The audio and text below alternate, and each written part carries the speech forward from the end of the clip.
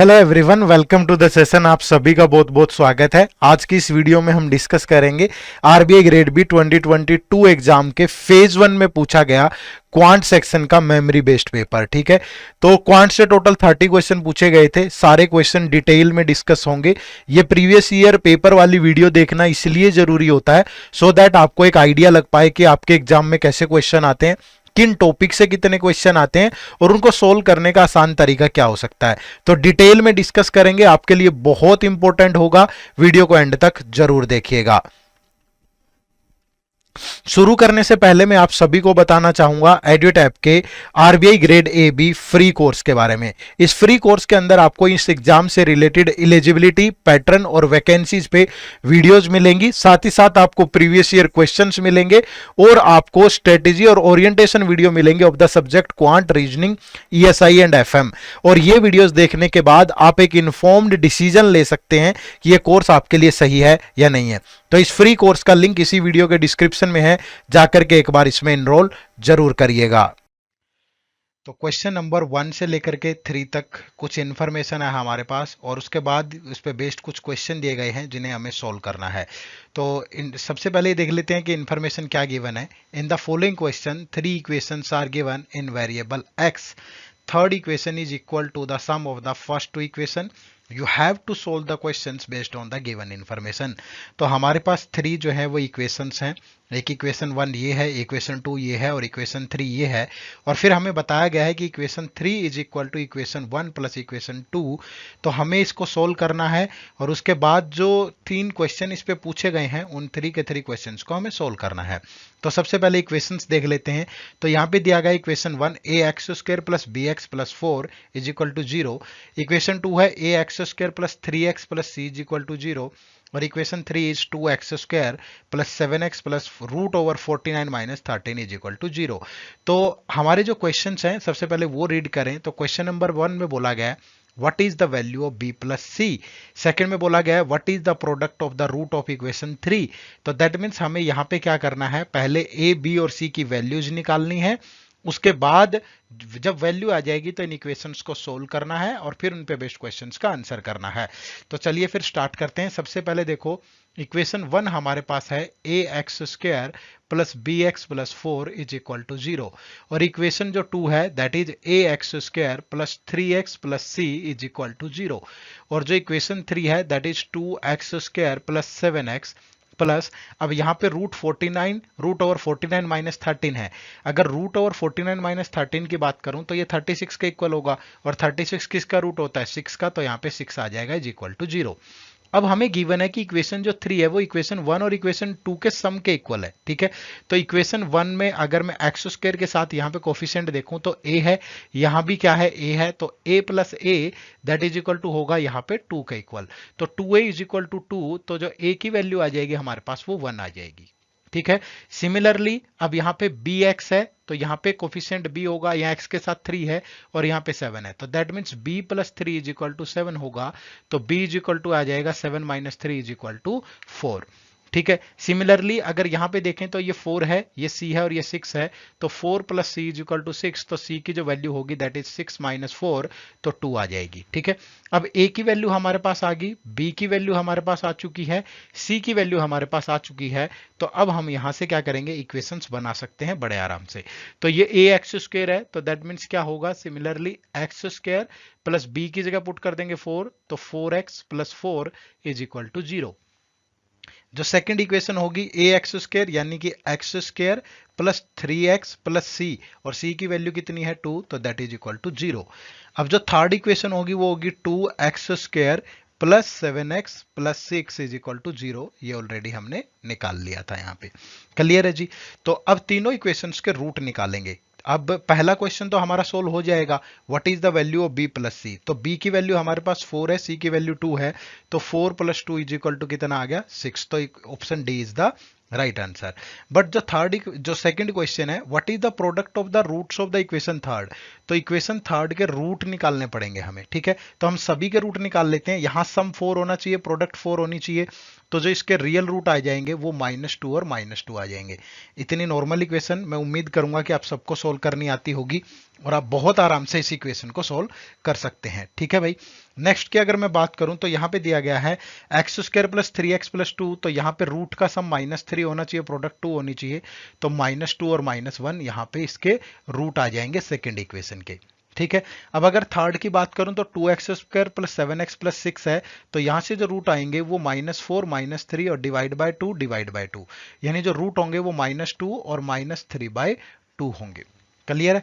तो ये तीनों रूट हमने सोल्व कर लिए हैं, बट हमसे पूछ रहा है कि what is the product of the roots of the equation 3। तो इक्वेशन 3 के जो रूट आए हैं वो -2 और -3/2 आया है, तो माइनस और माइनस प्लस हो जाएगा, 2 से 2 कैंसिल हो गया, तो इसकी जो प्रोडक्ट होगी रूट्स की वो 3 होगी। तो option number A is the right answer. Clear है। और अब जो क्वेश्चन नंबर 3 होगा वो सेकंड इक्वेशन के रूट्स पे बेस्ड होगा, तो आपको ध्यान रखना है कि सेकंड इक्वेशन के जो रूट आए हैं वो -1 और -2 आए हैं। क्लियर है। तो चलिए फिर चलते हैं क्वेश्चन नंबर 3 पे। नेक्स्ट क्वेश्चन नंबर 3 भाई, what is the square of the larger root of equation 2। तो मैंने अभी आपको बताया कि जो इक्वेशन 2 के रूट्स आए थे वो -2 और -1 थे, तो हमें बताना है कि what is the square of the larger root. तो जो लार्जर रूट होगा तो -2 और -1 में जो लार्जर है वो -1 है, तो -1 का हमें यहाँ पे स्क्वायर करना है, तो -1 का स्क्वायर क्या हो जाएगा यहाँ पे +1। तो यानी कि ऑप्शन जो ए है वो हमारे क्वेश्चन का बिल्कुल राइट आंसर हो जाएगा।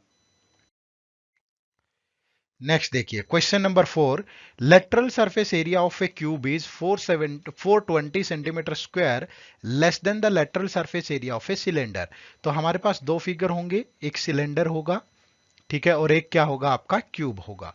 जो क्यूब का लेटरल सरफेस एरिया है वो सिलेंडर के लेटरल सरफेस एरिया से 420 सेंटीमीटर स्क्वायर लेस है। Height of the cylinder is 2r centimetre, तो जो सिलेंडर की हाइट है that is 2r centimetre and the radius is r centimetre, तो जो इसकी रेडियस है वो r सेंटीमीटर है। ठीक है। If the side of cube is equal to the radius of cylinder, तो जो क्यूब की साइड है वो सिलेंडर की रेडियस के बराबर है, तो क्यूब की साइड भी r सेंटीमीटर होगी। तो find the approximate area of a circle whose radius is r+3 centimetre. तो हमें एक ऐसे सर्कल का एरिया बताना है अप्रोक्सीमेटली जिसकी रेडियस r+3 हो। तो दैट मीन्स ये हुआ कि पहले हमें r की वैल्यू निकालनी पड़ेगी, तो r की वैल्यू कैसे निकलेंगी, तो यहां से लेटरल सरफेस एरिया निकालो। तो जो क्यूब का लेटरल सरफेस एरिया होता है दैट इज 4 इंटू साइड का स्क्वायर, तो 4 और साइड है r, तो 4r का स्क्वायर, तो ये क्यूब का लेटरल सरफेस एरिया हो जाएगा। और जो सिलेंडर का लेटरल सरफेस एरिया होता है that is 2πRh, 2π radius into height, तो 2π का मतलब 22/7 यहाँ पे, और रेडियस और हाइट, ठीक है, तो रेडियस कितनी है r और हाइट कितनी है 2r, तो इंटू 2r, तो ये 2 और ये 2, तो ये बन गया 4r² इंटू 22/7। ठीक है। मैंने जानबूझ के इसको इस तरीके से रखा है क्योंकि यहां भी 4r² है, यहां भी 4r² है, और हमें दोनों का डिफरेंस तो लेना ही है, क्योंकि जो लेटरल सरफेस एरिया है क्यूब का वो सिलेंडर के लेटरल सरफेस एरिया से 420 लेस है। ठीक है। तो सिलेंडर के लेटरल सरफेस एरिया में से 4r² इंटू 22/7 माइनस क्यूब का lateral surface area that is equal to 420, तो यहां से 4r² कॉमन आ जाएगा, अंदर बचेगा 22/7 माइनस 1 इज इक्वल टू 420। ठीक है। तो ये 4r² that is equal to ये 15/7 बचेगा, तो इधर आकर के 7/15 हो गया। ठीक है। तो r² इज इक्वल टू हो जाएगा 420 इंटू 7/15, और ये 4 भी इधर आकर के डिवाइड करेगा, तो जब ये 4 से सिंप्लीफाई करेंगे तो 105, और 15 से करेंगे तो 7, तो r² is equal to 49, 7 into 7, तो r की वैल्यू आ गई हमारे पास 7। तो अगर r 7 है तो हमें एक ऐसे सर्कल का एरिया बताना है जिसकी रेडियस है r+3, तो जो सर्कल होगा उसकी रेडियस क्या हो जाएगी, उसकी रेडियस हो जाएगी r+3 यानी कि 7+3, तो 7+3 इज 10 सेंटीमीटर। ठीक है। और सर्कल का एरिया क्या होता है, सर्कल का एरिया होता है πr², तो पाई की वैल्यू 22/7 और रेडियस की जगह पुट कर देंगे 10, तो 10 इंटू 10, तो दैट इज 2200 डिवाइड बाय 7, तो 7 3 जो सिंप्लीफाई करेंगे 21, फिर 10 बच गया, फिर 1 और फिर 4, तो 314 पॉइंट समथिंग आएगा। तो उसने हमसे अप्रोक्सीमेट पूछा है, तो approximate is option B 314 centimetre square. Clear है जी सभी को। बहुत आसान तो नहीं कह सकते, बट अगर आपको जो थोड़ी बहुत अगर आपको जो फॉर्मूलाज है वो पता थे तो आप इस क्वेश्चन को सोल्व कर सकते थे, यानी डुएबल क्वेश्चन था। ठीक है। चलिए नेक्स्ट। क्वेश्चन नंबर 5 से 6 के लिए इंफॉर्मेशन है हमारे पास। Each question below contains a statement followed by quantity 1 and quantity 2। You have to study the information along with the question and compare the value derived from quantity 1 and quantity 2 then answer. तो आपको क्या करना है, quantity 1 और quantity 2 को solve करना है, फिर उसके बाद इन दोनों को कंपेयर करके आंसर करना है। तो क्वांटिटी 2 तो ऑलरेडी गिवन है 1 हमारे पास, क्वांटिटी 1 को हमें सोल्व करना है। तो value of p such that this, तो अब हमारे पास गिवन है रूट ओवर ए की पावर पी का square that is equal to a की power 4 by root over a की पावर 16। अब आपको सर्ट्स और इंडिसेस के रूल यहाँ पे पता होनी चाहिए। बहुत बार बच्चे ये बोलते हैं कि ये सर्ट्स और इंडिसेस के रूल कहाँ यूज होंगे या ये चीजें कहाँ पे यूज होगी। देखो, आपको पढ़ना बेसिक से जरूरी है। अगर आप बेसिक से नहीं पढ़ेंगे तो आप तंग हो जाएंगे, क्योंकि जो अच्छे क्वेश्चंस है वहां पे बेसिक चीजें यूज हो रही हैं, बट हमें पता होगी यूज कैसे करनी है। और अगर आप वो पढ़ोगे ही नहीं तो यूज कैसे कर पाओगे। तो बहुत बेसिक सी चीजें हैं ये, तो आपको पढ़नी जरूरी है। बेसिक से स्टार्ट करिए हमेशा। क्वेश्चंस का लेवल देख के मत घबराइए कि इतना अच्छा क्वेश्चन पूछ लिया तो कैसे सोल्व करूंगा। ठीक है, यूज बेसिक चीजें हो रही हैं, तो पहले बेसिक से पढ़ो फिर उन चीजों को यूज करो। जैसे यहां पे देखो, पावर की पावर मल्टीप्लाई होती है। अब यहां रूट का मतलब है कि इसकी पावर 1/2 है, तो इसको लिख सकते हैं ए की पावर पी की पावर 1/2, और पावर की पावर मल्टीप्लाई होगी तो इंटू 2 हो गया। ठीक है, 1/2 इंटू 2 हो गया। सिमिलरली यहां पे ए की पावर 4 डिवाइड बाई ए की पावर 16, और इसकी पावर 1/2 है, तो पावर की पावर तो मल्टीप्लाई हो जाएगी, तो यहां पे बच गया 8। ठीक है, और यहां पे बच गया ए की पावर पी, तो यहां पे बच गया ए की पावर पी, इधर बच गया ए की पावर 4 डिवाइड बाय ए की पावर 8। अब ये भी एक सर्ट्स और इंडिसेस का बेसिक रूल है कि जब ये बेस सेम हो तो पावर ऊपर जाके माइनस हो जाती है अगर आप डिवाइड करेंगे। तो यहां तो ए की पावर पी है, यहां पे क्या होगा, ए की पावर 4 सेम बेस है तो पावर ऊपर जाके माइनस हो जाएगी, तो -8।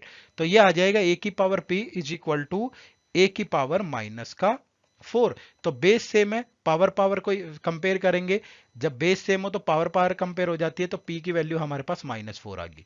तो यहां से पी की वैल्यू हमारे पास -4 है, यहां से क्वांटिटी 2 1 है, तो -4 तो लेस होता है 1 से, तो यानी कि क्वांटिटी 1 है वो लेस होगी क्वांटिटी 2 से। तो ऑप्शन भी आपके क्वेश्चन का बिल्कुल राइट आंसर होगा। क्लियर है? चलिए नेक्स्ट क्वेश्चन देखो भाई। Question number 6, quantity 1 is equal to given है हमें a cube minus b cube divide by A minus b minus 3ab, और क्वांटिटी 2 हमें गिवन है 1 -1 by A minus 1 by b, और नोट यहाँ पे एक दिया हुआ है कि जो b होगा वो ग्रेटर देन 0 होगा और जो 1 होगा वो ग्रेटर देन बी होगा। दैट मीन्स बी की जो वैल्यू होगी वो 0 से ग्रेटर होगी और 1 से लेस होगी, और जो ए है वो ग्रेटर देन 1 होगा। ठीक है, तो इस टाइप के क्वेश्चंस को देखो, इतनी आइडेंटिटीज याद करना भी पॉसिबल नहीं है कि पूरा अलजेब्रा हम लोग पढ़ें या ये चीजें, बट ये सिंप्लीफिकेशन टाइप के क्वेश्चन आ जाते हैं, तो आपको इन्हें प्रैक्टिकली सोल्व करना होता है एग्जाम में। जैसे हमें इस टाइप से ये चीजें दी गई है, तो मैं इसको सिंपली एज्यूम कर लेता हूं ना कि मान लीजिए बी की वैल्यू 0.5 है, ये 0 से ज्यादा है और 1 से लेस है, और ए की वैल्यू हमने प्रैक्टिकली ले लिया कि 2 है, क्योंकि 1 से ग्रेटर लेनी है हमें। और अब ये वैल्यू यहाँ पे पुट करते हैं। अगर क्वांटिटी 1 में पुट करूं तो ए क्यूब का मतलब 2 का क्यूब, माइनस बी क्यूब का मतलब 0.5 का क्यूब। ठीक है, और divide by 1 minus A minus B. अगर आपको यहाँ 0.5 नहीं लेना तो इसको 1/2 भी ले सकते हो, कैलकुलेशन थोड़ी सी आसान हो जाएगी। ठीक है, तो अगर मैं इसको क्या ले लूं, 1/2 ले लेता हूं। सपोज ये 1/2 का क्यूब है, और नीचे a माइनस बी यानी 2 माइनस 1/2 माइनस 3ab। क्लियर है? ये 3ab, ए की जगह 2 और बी की जगह 1/2। ठीक है, अब ये 2 का क्यूब क्या होगा, 8 होगा, 1/2 का क्यूब क्या होगा, 1/8 होगा, और नीचे 2 माइनस 1/2 बच गया 3/2, और माइनस ये 2 से 2 कैंसिल, यहां पे बचेगा 3। तो 8 माइनस 1/8, तो 8 8 64 माइनस 1 तो 63 डिवाइड बाई 8 बच गया हमारे पास। 3/2 ऊपर जाकर के 2/3 बन जाएगा और -3। तो अब इसको अगर सिंप्लीफाई करें, 2 से करें ये 4, 3 से गया 21, तो यानी कि यहां पे हमें मिला 21/4 -3। अगर आप इसमें से इसको माइनस करोगे तो 4 एलसीएम आ जाएगा, 21 माइनस 12 यानी कि 9/4 हमारे पास आ जाएगा, किसकी वैल्यू, क्वांटिटी 1 की। ठीक है, अब अगर क्वांटिटी 2 को सिंप्लीफाई करें, 1 minus 1 by A minus 1 by B, तो 1 माइनस 1 बाई ए का मतलब 2, तो 1/2 माइनस 1 बाई बी, बी की वैल्यू क्या है 1/2, तो 1/2 तो 2 ऊपर चला जाएगा तो ये 2 ही बन गया। तो अब 1 माइनस 1/2 -2, तो ये तो वैल्यू नेगेटिव आएगी, और ये नेगेटिव है और ये पॉजिटिव है, तो दैट मीन्स क्वांटिटी 1 ग्रेटर होगा क्वांटिटी 2 से। तो ऑप्शन ए जो है वो आपके क्वेश्चन का बिल्कुल राइट आंसर हो जाएगा। ठीक है, तो यानी कि प्रैक्टिकली सोल्व करो, वैल्यू एज्यूम करो, थोड़ा सा माइंड पे स्ट्रेस नहीं लेना होता एग्जाम के टाइम पे, और इन चीजों को सोल्व करना होता है। ठीक है, चलिए नेक्स्ट क्वेश्चन की तरफ चलते हैं। क्वेश्चन नंबर 7 देखो, in the following question two equations are given in the variable x and y, तो you have to solve these equation and determine the relation between x and y. तो कुछ आसान question भी exam के अंदर होते हैं, ऐसा नहीं है कि बहुत मुश्किल मुश्किल ही पूछा गया था, कुछ क्वेश्चन आसान भी थे जिनको हमें ढूंढ के सोल्व करना था। तो उन्हीं एक क्वेश्चन में से ये क्वेश्चन नंबर 7 भी था, क्या कि x square plus 7x plus 12, आपको सिंपली सोल्व करना है इस इक्वेशन को, और दूसरी equation Y square plus 8y plus 15 is equal to 0 है, इसको भी सोल्व करना है। ठीक है, तो कुछ क्वेश्चन मुश्किल थे इक्वेशन पे बेस्ड, और कुछ क्वेश्चन आसान भी थे, तो बट वो ढूंढने थे हमें कि आसान क्वेश्चन कहाँ पे है और सोल्व करना था। ठीक है, तो वो टाइम को आप किस तरीके से एडजस्ट करते हैं, एग्जाम का प्रेशर होता है, मैं समझ रहा हूं इस बात को। ठीक है, बट थोड़ा सा अगर यही जो मेच्योरिटी है वही तो एग्जाम में सफलता दिलाती है, कि आप अपने टाइम को किस तरीके से अरेंज करते हो, कैसे जो चीजें आपको आती है वहां तक पहुंचते हो और उनको सोल्व करते हो। ठीक है, चलो तो अब यहां पे सोल्व करते हैं। तो सम 7 आना चाहिए, प्रोडक्ट 12 आनी चाहिए, ऐसे दो रूट 3 और 4 बनेंगे। लेकिन जब x के रियल रूट लेंगे तो दोनों रूट्स का साइन चेंज हो जाएगा, डिवाइड में यहां जो कोफिशिएंट है उससे डिवाइड करेंगे, तो यहां कुछ भी नहीं है, तो -3 -4 इसके रूट होंगे। सिमिलरली यहां पे देखो दो रूट जिनका सम 8 होगा, प्रोडक्ट 15 है, तो +3 और +5 होंगे। बट जब रूट लेंगे, रियल रूट लेंगे, तो साइन चेंज हो जाता है और डिवाइड करेंगे वाई स्क्वायर के साथ, जो भी वेरिएबल है, बट यहाँ पे 1 ही है। अब कंपेयर करने का आसान तरीका क्या है, बहुत सारे बच्चे थोड़ा उलझ जाते हैं इसमें। इसका एक रूट उठा लो, ये -3 -3, इसके दोनों रूट उठा लो, -3 -5, फिर इसका दूसरा रूट उठा लो, -4 -4, फिर इसके दोनों रूट उठा लो, -3 -5। अब आप देखो ये दोनों रूट इक्वल है। अब -3 -5 में कौन ग्रेटर है, नेगेटिव में जो जो वैल्यू छोटी होती है वो बड़ी होती है, तो -3 यहाँ ग्रेटर है। अब यहाँ -4 -3 में कौन ग्रेटर है, यहाँ -3 ग्रेटर है, यहाँ -4 ग्रेटर है। समझ रहे हो, तो एक बार ये ग्रेटर आ रहा है, एक बार लेस आ रहा है, तो कोई भी रिलेशन नहीं बनेगा। तो दैट मीन्स ऑप्शन नंबर ई जो है वो हमारे क्वेश्चन का राइट आंसर होगा यहाँ पे। क्लियर है जी सभी को, चलिए नेक्स्ट।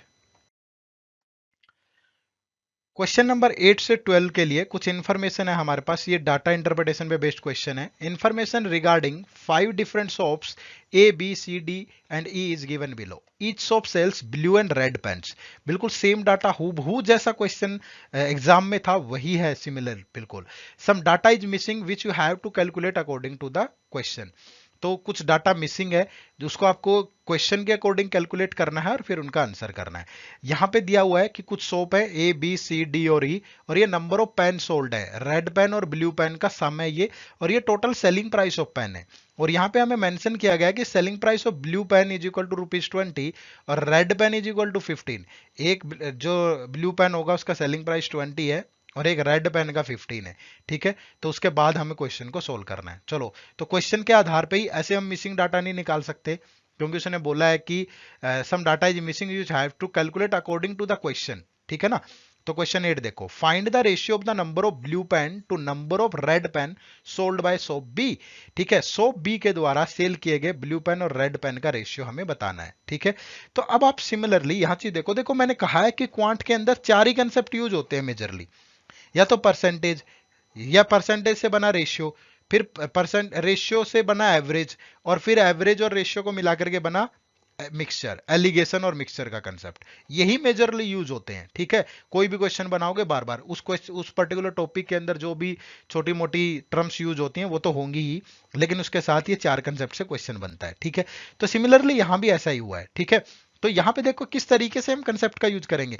आप क्या करोगे कि टोटल पेन तो 62 है और उनका टोटल सेलिंग प्राइस 1080 है, तो हम मानना शुरू कर देंगे कि ब्लू पेन तो x है और रेड पेन आपके 62 माइनस x है। ठीक है, तो एक ब्लू पेन का प्राइस जो है वो 20 है, तो टोटल हो गया 20 इंटू एक्स, और एक रेड पेन का जो प्राइस है वो 60, sorry red pen 62 minus x है और एक का प्राइस 15 है, और ये टोटल इज इक्वल टू हो गया 1080 के। मैं नहीं कह रहा कि ये बुरा है, फिर आप कैलकुलेट करोगे और आंसर आपका आ जाएगा, लेकिन आप मिक्सचर का यूज करो ना। अगर मैं कहूं कि ये ब्लू पेन है, ठीक है, ये रेड पेन है, एक ब्लू पेन का प्राइस है 20, एक रेड पेन का प्राइस है 15 और 62 ब्लू और रेड पेन का प्राइस है 1080। तो अगर 62 का 1080 है तो एक का कितना होगा, 62 बाय 1080 बाय 62, यानी कि अगर मैं इसको 2 से सिंपलीफाई कर दूं तो ये 540 और ये 2 से 31। ये एवरेज प्राइस आ गया, ये इंडिविजुअल प्राइस है। तो मिक्सर लगा, एलिगेशन एंड मिक्सर लगा सकते हैं। एलिगेशन एंड मिक्सर का मतलब क्या है, अलग अलग को मिक्सर से कंपेयर करो। अब कैलकुलेशन आसान बनानी है तो पहले 31 से मल्टीप्लाई कर लो सबको, ये ब्लू ये रेड। 31 क्यों, क्योंकि यहां डिनोमिनेटर में 31 है, वरना बार बार घटाने और जोड़ने में दिक्कत होगी सम और सब्ट्रैक्ट में। ठीक है, तो 31 से मल्टीप्लाई करूं इसको तो ये आ गया 620। रेशियो को सेम नंबर से मल्टीप्लाई करोगे कभी दिक्कत नहीं आएगी, सेम रहता है हमेशा। इसको 31 से करोगे 15, 15 3 जा 45 और 1 465। और मिडल में कितना आ गया, इसको 31 से करेंगे तो 540। अब हमें पता है कि इन दोनों का डिफरेंस यहां लेते हैं, तो इन दोनों का जो डिफरेंस होगा वो 75 होगा। समझ रहे हो, इन दोनों का जो डिफरेंस है वो यहां लेते हैं, इन दोनों का डिफरेंस कितना होगा 80 होगा। तो ये नंबर ऑफ ब्लू और रेड पेन का रेशियो आ गया। अब इसको 5 से काट दो, 5 से काटूंगा तो ये 15 और 5 से काटूं तो ये 16। लेकिन मेरे पास तो टोटल पेन 62 थे, यहां रेशियो आया 15 और 16, तो 15 और 16 का जो सम है वो बन रहा है 31 और मुझे चाहिए 62, तो 2 से मल्टीप्लाई कर दूंगा। तो इसको भी 2 से मल्टीप्लाई तो ये 30 हो गया, इसको भी 2 से मल्टीप्लाई तो ये 32 हो गया। अगर मुझे पेन ही निकालने हैं तो 30 और 32 आ गया। लेकिन मुझे अगर सिर्फ रेशियो बताना है तो रेशियो तो ऑलरेडी 15:16 आ चुका है हमारा। तो यानी कि जो आंसर होगा वो ऑप्शन नंबर सी होगा। और अगर पेन बताने होते तो 30 और 32 आ जाते। समझ रहे हो ना। तो छोटी छोटी चीजें जो अदर जगह पे हम सीखते हैं दूसरे टॉपिक्स में, उनको यूज भी करना सीखिए। ठीक है, चलो नेक्स्ट क्वेश्चन देखो। क्वेश्चन नंबर 9 देखिए भाई, ratio between number of blue pen sold by soap A and the number of red pen sold by soap A is 3:2। ठीक है, तो टोटल पेन कितने हैं सोप ए के अंदर 55। तो 55 में ब्लू और रेड जो हैं वो किस रेशियो में, 3:2 में। तो 3 + 2 5, 5 की वैल्यू 55, तो 1 की वैल्यू 11, तो ये ब्लू पेन होंगे 33 और रेड पेन होंगे 22। ठीक है, आगे बोल रहा है कि if the total selling price obtained by shop C is 50 less than the that obtained by soap A. तो सोप ए का पहले सेलिंग प्राइस निकालो। अब ब्लू पेन 33 है, एक ब्लू पेन का अमाउंट है, जो सेलिंग प्राइस है वो 20 है, तो 30 इंटू 20 प्लस जो रेड पेन है वो 22 है, एक रेड पेन का प्राइस है 15, तो टोटल सेलिंग प्राइस कितना हुआ 660 प्लस 330 यानी कि 990। ठीक है, 15 दूनी 30, ठीक है, तो 990। अब वो कह रहा है कि जो सोप सी का सेलिंग प्राइस है, सोप सी का, वो इससे 50 लेस है, तो सोप सी का टोटल सेलिंग प्राइस कितना होगा 990 माइनस 50 यानी कि 940। क्लियर है जी। आगे कह रहा है कि number of blue pen sold by shop C is 5 more than red pen sold by the number of red pen sold by the shop सी।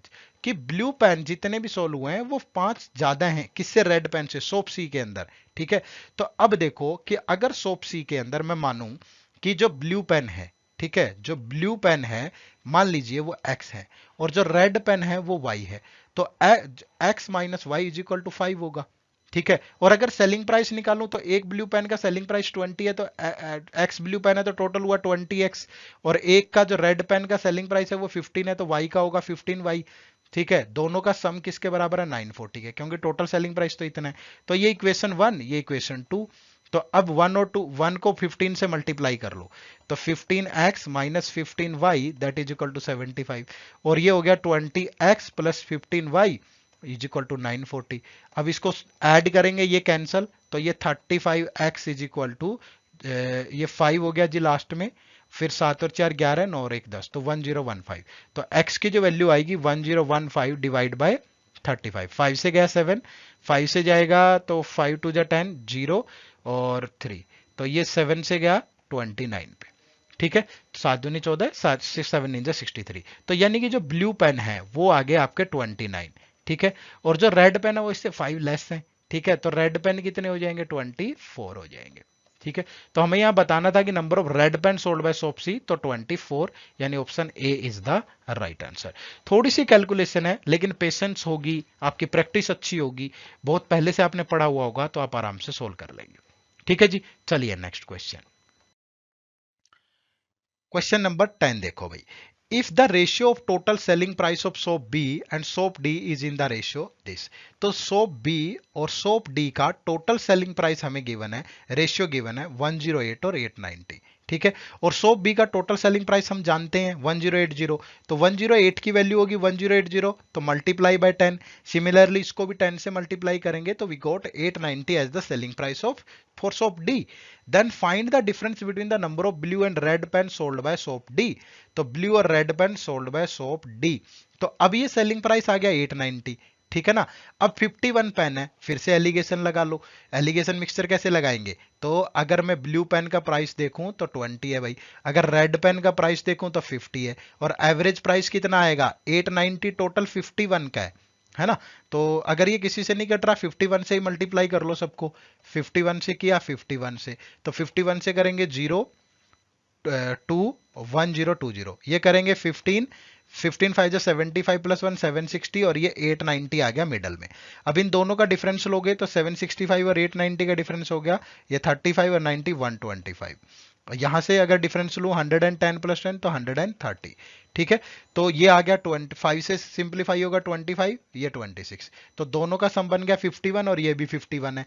तो यानी कि जो डिफरेंस लेंगे, अब मेरे पास ब्लू पेन आगे 25, रेड पेन आगे 26, तो दोनों का डिफरेंस होगा 26 माइनस 25 यानी कि 1। तो option number D is the right answer. Clear है सबको, चलिए नेक्स्ट क्वेश्चन नंबर 11 देखिए भाई। If the sum of total selling price of soap D and E is ₹2340, D और ई का टोटल जो सेलिंग प्राइस है वो 2340 है। तो ई का तो हमें मालूम है, तो डी का अगर हमें निकालना है तो दोनों के सम में से आप ई का माइनस कर दो, ठीक है। तो दैट इज इक्वल टू 890, तो ये आ गया हमारे पास 890, ठीक है। And the average of the red pen sold by these two soaps is 30। अगर दोनों द्वारा सेल किए गए एवरेज जो रेड पेन है उनका सम 30 है। अब देखो अगर रेड पेन का एवरेज 30 है तो दोनों ने टोटल कितने रेड पेन सेल किए होंगे 60, ठीक है। अब क्या करो, यहां से पहले रेड पेन निकाल लो, ठीक है। अगर रेड पेन पता चल गया हमें तो फिर ब्लू भी पता चल जाएंगे, फिर उसके ब्लू भी पता चल जाएंगे। अब टोटल अगर रेड पेन इतने सोल हुए हैं तो ब्लू पेन कितने सोल हुए होंगे, ब्लू पेन सोल हुए होंगे, तो ब्लू पेन कितने सोल हुए होंगे। अगर रेड पेन का प्राइस माइनस कर दूं टोटल में से, रेड पेन का प्राइस कितना है, रेड पेन का 15 है, ठीक है। और तो ब्लू पेन का प्राइस आ जाएगा हमारे पास 2340 माइनस 900, 2340 माइनस 900, तो 2340 है, ठीक है। तो ये 1440 आ गया, ये रेड पेन ये ब्लू पेन का टोटल प्राइस आ गया। और एक ब्लू पेन 20 का है, तो नंबर ऑफ ब्लू पेन कितने होंगे भाई 1440 बाय 20, तो नंबर ऑफ ब्लू पेन है 72, ठीक है। नंबर ऑफ ब्लू पेन 72 थे, नंबर ऑफ रेड पेन 60 है। बट हमें बताना है कि find the number of blue pen sold by shop E, तो पहले सोप डी के निकाल लेना ब्लू पेन। तो सोप बी के अगर डी के सॉरी ब्लू और रेड पेन का रेशियो निकालूं तो ब्लू पेन का प्राइस है 20, रेड पेन का है 15, और एवरेज प्राइस कितना होगा 890 बाय 51, ठीक है। वैसे लास्ट क्वेश्चन में हमने अभी निकाला था 25 और 26 आया था, इसको सोल्व करके 25 और 26 आया था लास्ट क्वेश्चन में, अभी हमने निकाला है ये सेम प्राइस आया था वहां भी। तो अगर यहाँ पे 25 है, कर लोगे ना, लास्ट क्वेश्चन देख लो, लास्ट क्वेश्चन में हमने निकाला है 51 से मल्टीप्लाई करके फिर इनको सोल्व करके, तो 25 और 26 आया था हमारा। तो यहाँ पे 25 रेड पेन है, ब्लू पेन है सॉरी सोप डी में, और टोटल 72 है। तो सोप ई के अंदर ब्लू पेन कितने होंगे 72 माइनस 40 सॉरी 25, तो दैट इज इक्वल टू 47। तो option number E is the right answer. Clear है, ये देख लेना लास्ट वाले क्वेश्चन में हमने निकाला था अभी। क्लियर है जी, चलिए फिर नेक्स्ट क्वेश्चन देखते हैं। देखो भाई नेक्स्ट क्वेश्चन नंबर 12।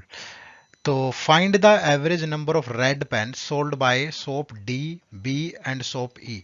तो डी बी और सोप ई में जितने भी रेड पेन सोल्ड हुए हैं उनकी हमें एवरेज बतानी है, ठीक है। टुगेदर सोप ई टुगेदर, ठीक है। Find the average number of sold by soap D B and shop E together. तो if the total selling price of soap D, अब देखो सोप बी में से तो मैं निकाल लूंगा आराम से, ठीक है, क्योंकि 62 है तो पहले सोप बी में ही निकाल लेते हैं। तो सोप बी में कितने होंगे रेड पेन भाई, तो 62 है, तो एक रेड पेन वही एलिगेशन और मिक्सचर लगाएंगे। तो ब्लू पेन का प्राइस 20 है, रेड का 15 है, एवरेज प्राइस कितना होगा 1080 बाई 62, तो 2 से गया 540 और 2 से गया 31, 31 से मल्टीप्लाई करेंगे सबको तो ये 620, ये करेंगे तो 15 और 465 और मिडल में आ जाएगा 540। इसमें से इसको माइनस करेंगे तो 35 और 40 75, इन दोनों का गैप हो गया 80, तो 5 से कटेगा 15 और 16, फिर क्योंकि 62 है और ये 15 और 16 31 बन रहा है, तो 31 की वैल्यू 62 तो 1 की वैल्यू 2 होगा, तो ये 30 और ये 32। तो यहाँ पे जो रेड पेन है वो 32 होंगे। ठीक है, यहां मैंने लिख लिया रेड पेन सोप बी के अंदर क्या है 32 है, और जो ब्लू पेन है, ब्लू को इधर लिख लेते हैं हम, ब्लू पेन को ये समझ जाना, ब्लू इधर है तो ये रेड इधर है, तो ये 30 है और ये 32 है। क्लियर है, तो बी तो क्लियर हो गया हमारे पास। अब आगे बात कर रहा है कि total selling price of soap D is 81/3% less than the soap B. अब डी का जो टोटल सेलिंग प्राइस है वो सोप बी से 81/3% लेस है। 81/3% का मतलब होता है, तो 25/3 डिवाइड बाय 100 करोगे तो मतलब ये आपका होगा 1/12। तो मतलब इसका जो सेलिंग प्राइस होगा 12 से 1 लेस यानी 11/12 होगा, किसका, सोप बी का। तो सोप बी का कितना है भाई 1080, तो 12 से गया ये 90, तो जो सोप डी का टोटल प्राइस होगा वो होगा 990। अब यहाँ पे कितना है 51 है और टोटल प्राइस है 990, फिर से एलिगेशन मिक्सर लगाएंगे, ये ब्लू और ये रेड। तो अगर एक ब्लू 20 का है, रेड 15 का है, तो 990 डिवाइड बाय 51, 3 से गया 17, 3 से 330, तो पहले 17 से मल्टीप्लाई कर लो सबको, तो ये आ जाएगा 340, ये करोगे तो 17 5 जा 85, 7 और ये 255 आ जाएगा, 17 1 जा 17 प्लस 8 25, और मिडल में होगा 330। इन दोनों का जो गैप हो जाएगा आपका 45 प्लस 30 ये 75, और ये गैप हो गया 10 का। ठीक है, तो 5 से काट दूं तो 15, 5 से काट दूं तो 2, तो 15 प्लस 2 17, बट ये 51 है तो 3 से मल्टीप्लाई करना पड़ेगा, यानी कि यहाँ पे ब्लू पेन है 45 और जो रेड पेन है वो है 6, तो रेड पेन यहाँ से कितने आए 6 और ब्लू पेन आगे 45। ठीक है, नेक्स्ट आगे कह रहा है soap B and the ratio between blue pen sold by soap B and soap is 30:47।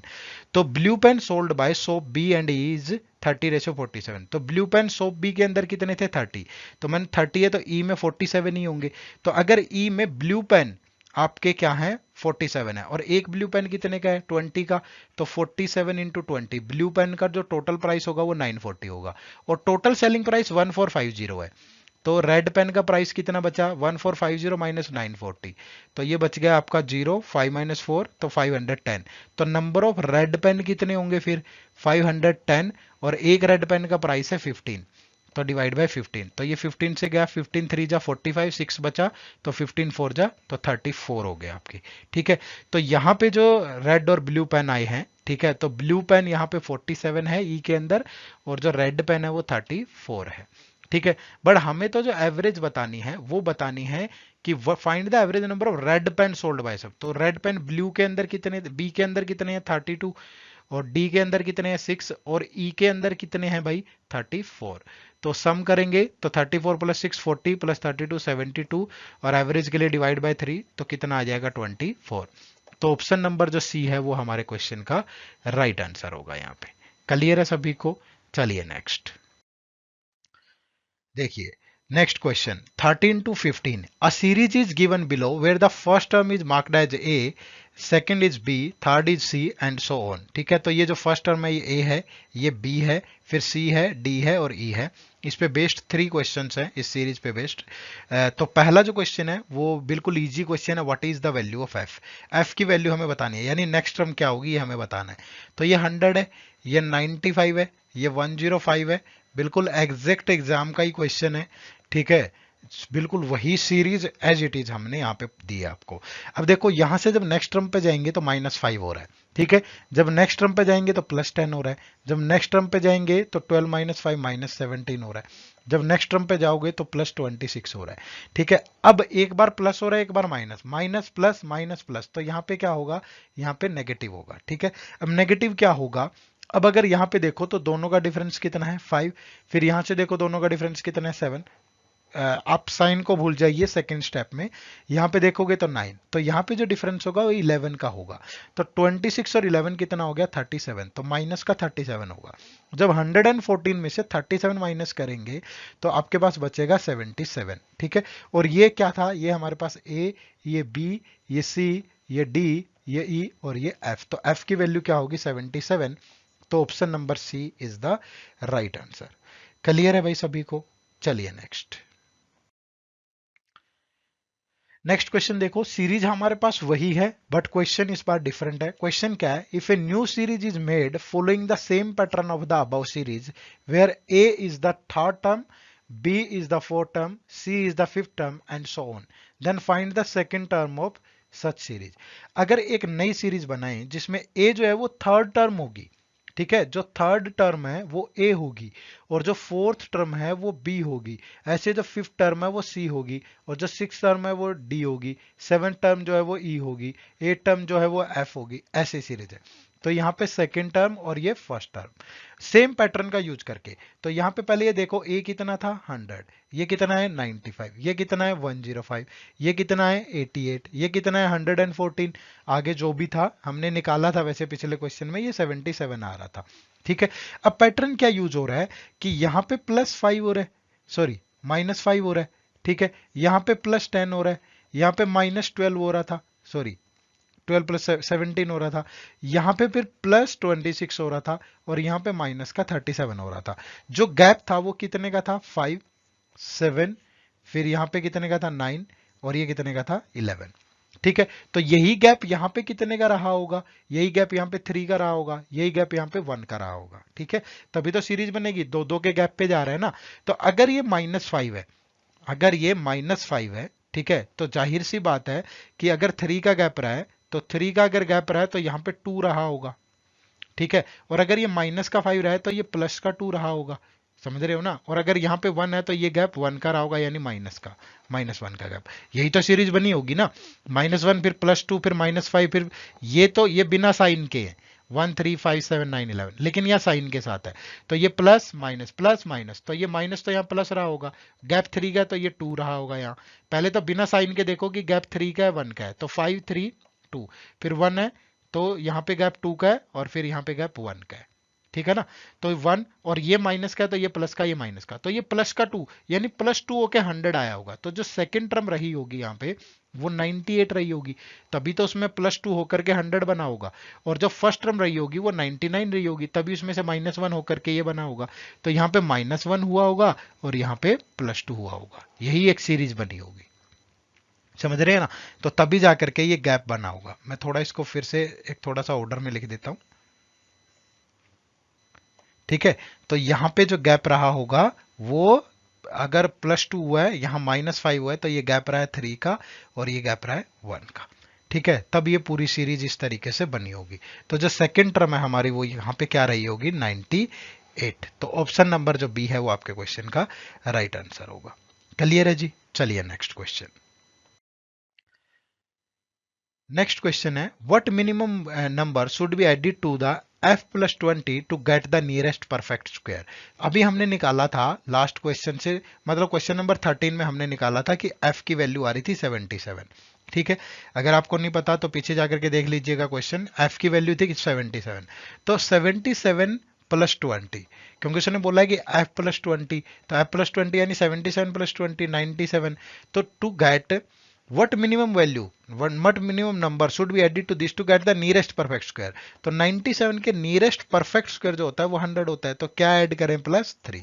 तो ऑप्शन नंबर डी यहां पे आपके क्वेश्चन का बिल्कुल राइट आंसर था। क्लियर है जी? चलिए नेक्स्ट। देखो भाई next question, question number 16 to 20। तो read the following information carefully and answer the question based on it. In a locality, there are 4 buildings, namely A, B, C, and D. Each building has a certain number of floors.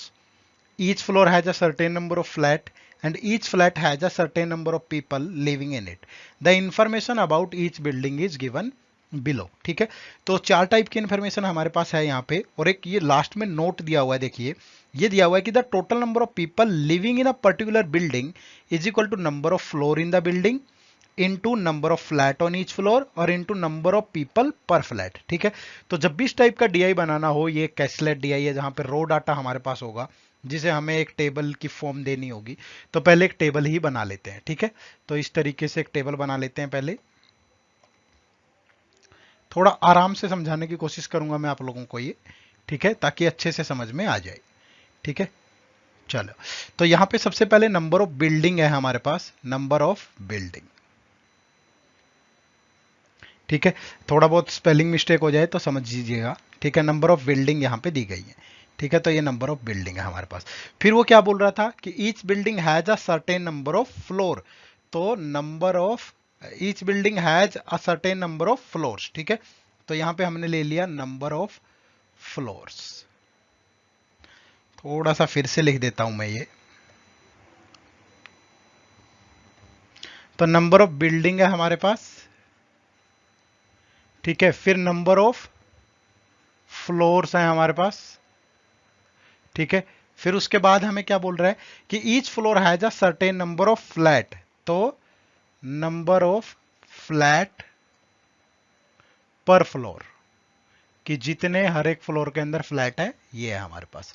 उसके बाद बोल रहा है कि each floor has a certain of number, each floor has a certain number of flat और each flat has a certain number of people.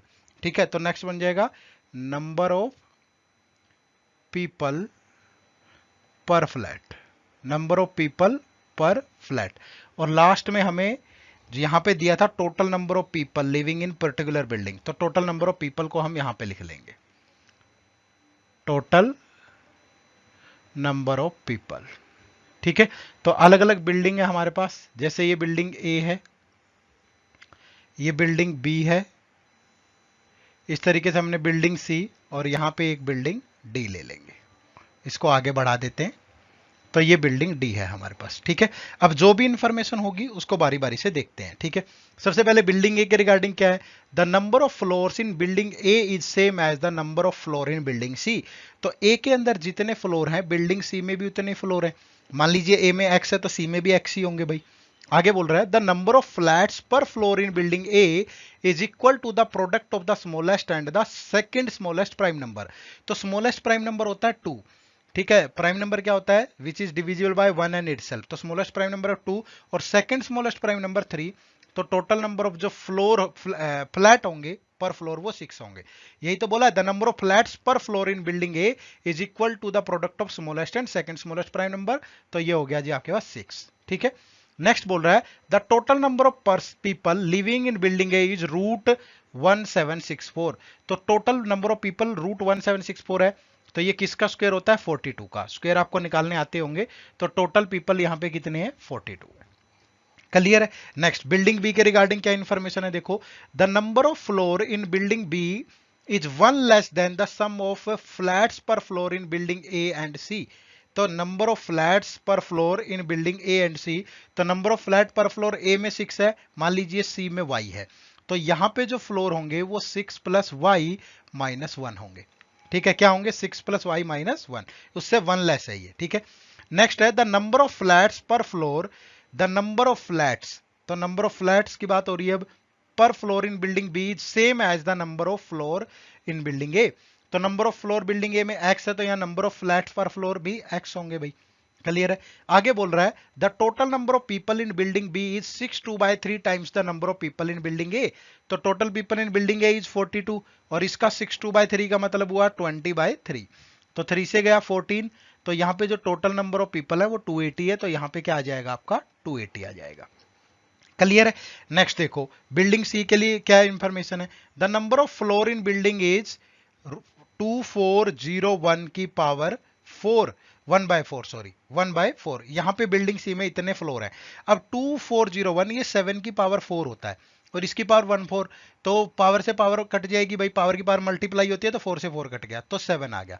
तो number of floor building सी में कितने हैं, 7, तो x की वैल्यू 7, यहां भी 7 और यहां भी आपकी 7 आ गई। ठीक है, तो इसको थोड़ा सा साफ कर देते हैं हम, इसको लिख देते हैं यहां पे 7, ये भी 7 और ये भी 7। ठीक है, यहां लिख लिया हमने, ये 7 है, ये भी 7 है और ये भी 7 है।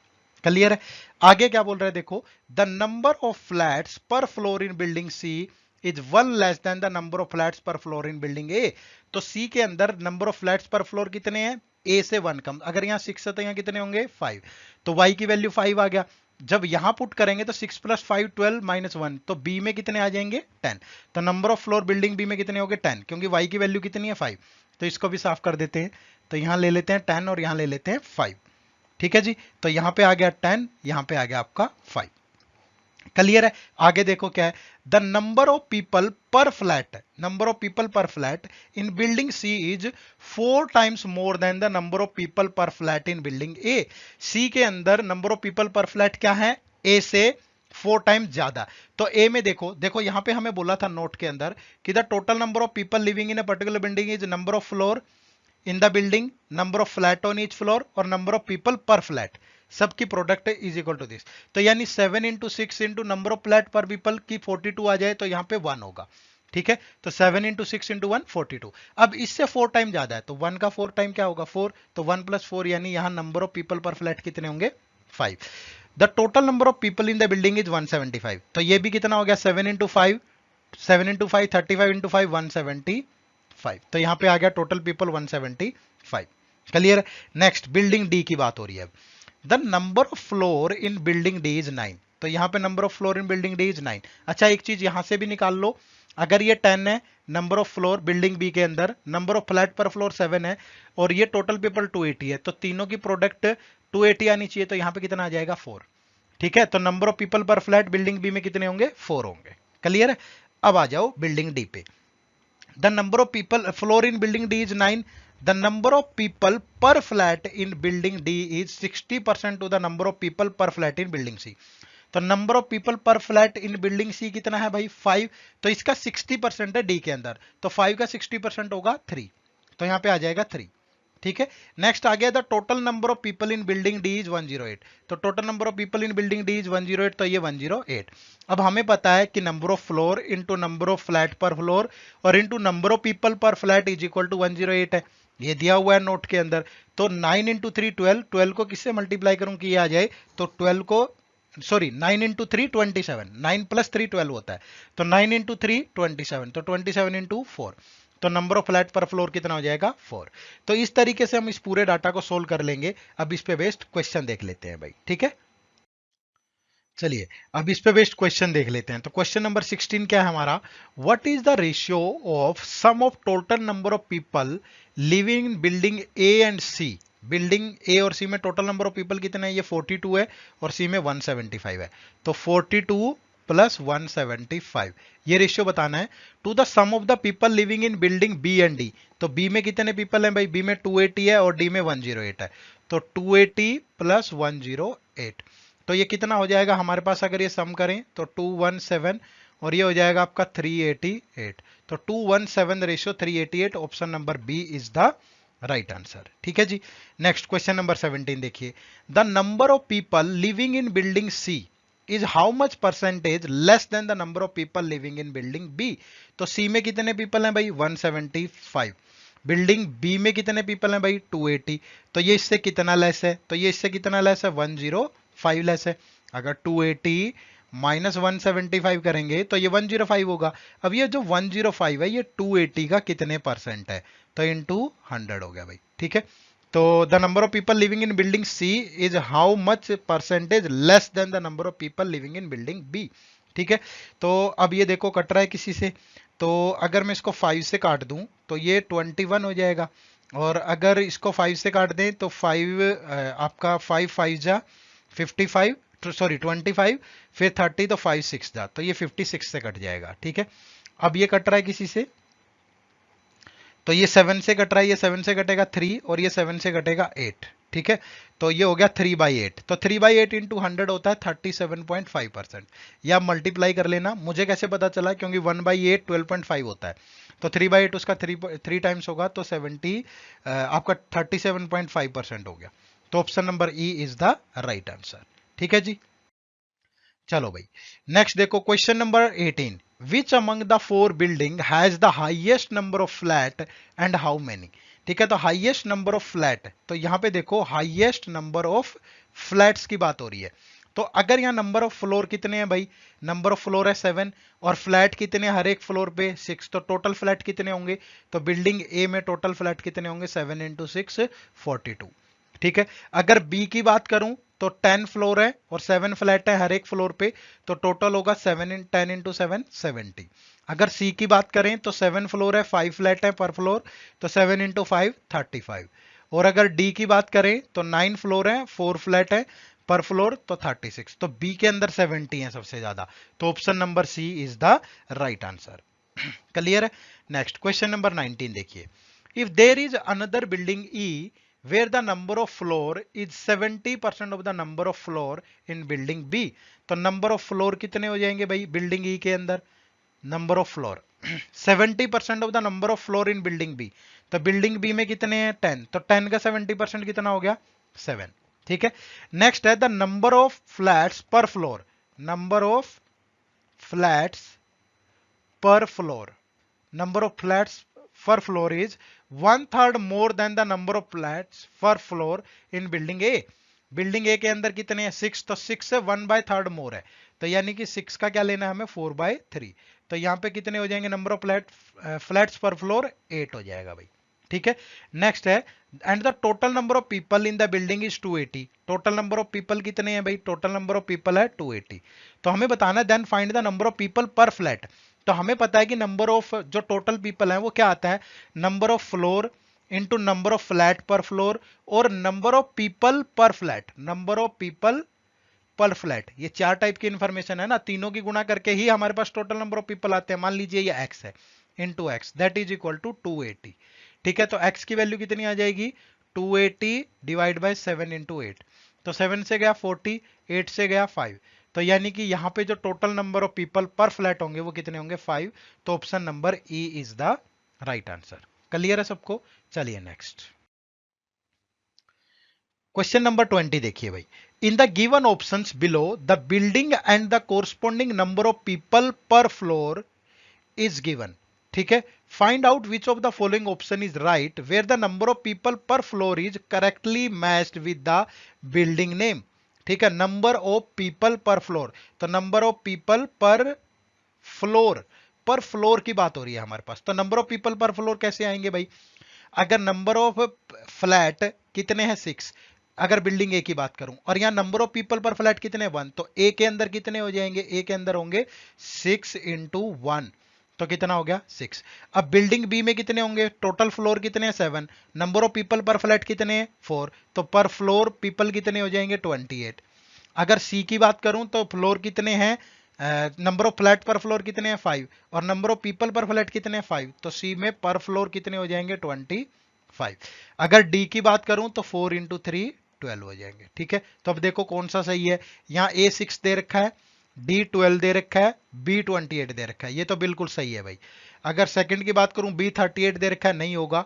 यहाँ सी 25 दे रखा है, बिल्कुल सही है। ए 6 दे रखा है, बिल्कुल सही है। डी 12 दे रखा है, बिल्कुल सही है। तो फर्स्ट और थर्ड यहाँ बिल्कुल सही है, यानी ओनली 1 एंड 3। क्लियर है, आई बात समझ में सबको। तो इस तरीके से हम इस डीआई को भी बड़े आराम से सोल्व कर लिया हमने। मुश्किल था पेपर पॉइंट ऑफ व्यू से, इतना टाइम नहीं होता वहां पे, तो ऐसी चीजों को हमें स्किप करना पड़ता है थोड़ा सा, क्योंकि बहुत सारा टाइम ले लेता है। ठीक है, चलिए, बट उम्मीद करूंगा कि अभी आपको बहुत अच्छे से समझ में आ गया होगा। क्लियर है जी। चलिए नेक्स्ट क्वेश्चन देखते हैं फिर। देखो भाई next question, question number 21, rupees 13,000 was invested for 2 years in scheme A which offers compound interest. 13,000 rupees invest किए गए 2 years के लिए कंपाउंड इंटरेस्ट पे, and the rate of interest is percentage per annum. ठीक है, ये बाय ऑप्शन, जो भी ऑप्शन हमें दे रखे हैं वहां से उठानी है हमें, ये फिल इन द ब्लैंक्स के अंदर वो वैल्यू रखनी है हमें।